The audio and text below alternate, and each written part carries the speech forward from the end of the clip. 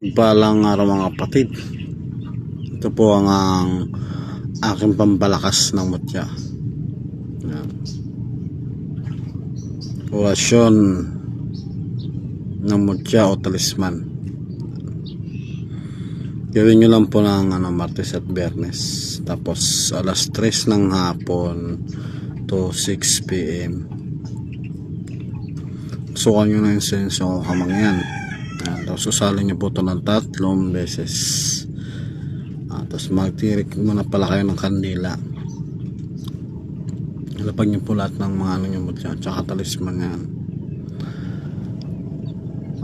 Hiksim, itaksim, aziksim, matumiksim, himim, umidim, hizizim, hiksim,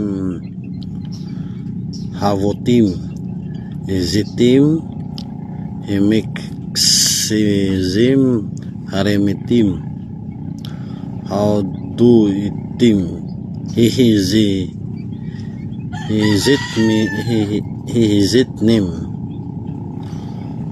hukumim, ihimim, o ahiktim,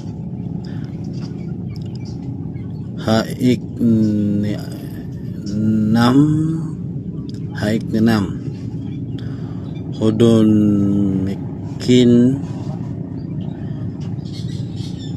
himimdiim, habaham amin. Yan. Sana yung 3 beses, iip nyo pa ng 3 beses pakus sa inyong mutya o talisman. Yan po yung pambalakas. Follow and share po mga kapatid.